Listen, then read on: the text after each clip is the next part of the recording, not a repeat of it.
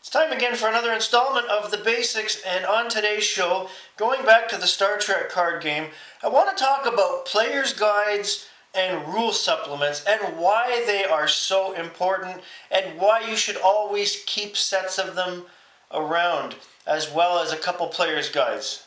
Let me show you what I'm talking about.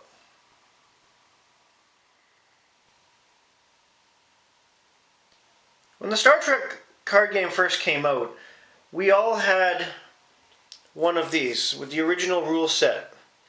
And for subsequent expansions, subsequent rule sets came out because there was always a change in the rules in regards to cards, card types, all sorts of things. And it's always been a good idea to keep the different rule sets that have come along over the years. You don't necessarily have to keep every single one, although you can. I've kept the original, the DS9, the one that comes in the sealed deck, as well as the supplements for Blaze of Glory and for the Dominion, because they've come in handy numerous times.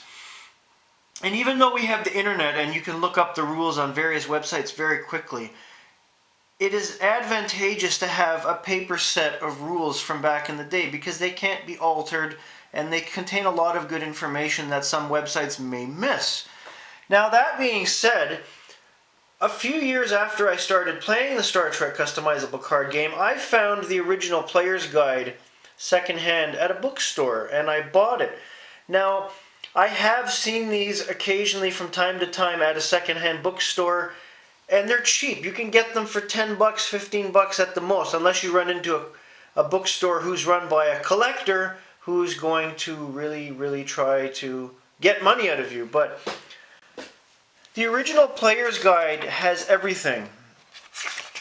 It's now, that being said, everything in the terms of the original set, the Premier, Limited, and Unlimited. So it shows you the 50 most powerful cards, there's a card checklist, there's answers about gameplay. Actually, there's a lot of Q&A in this book, and I'll just try to sift through it, through the foreword. And you have tips on customizing decks. You have stuff about equipment cards, ships, interrupting events, how dilemmas outposts work, all that good stuff.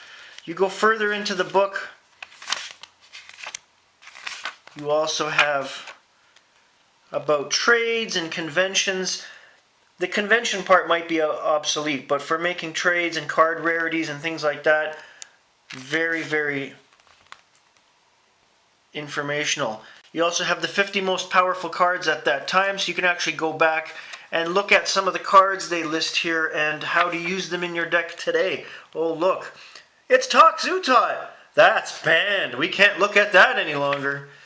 But you get what I'm talking about. The original player's guide and even a couple of the secondary ones that came out after that have a wealth of information on the game. So you want to get your hands on some of these. If you can't get your hands on the original one, try to get some of the later strategy guides that came out with Deep Space Nine and Voyager. They're still relevant today.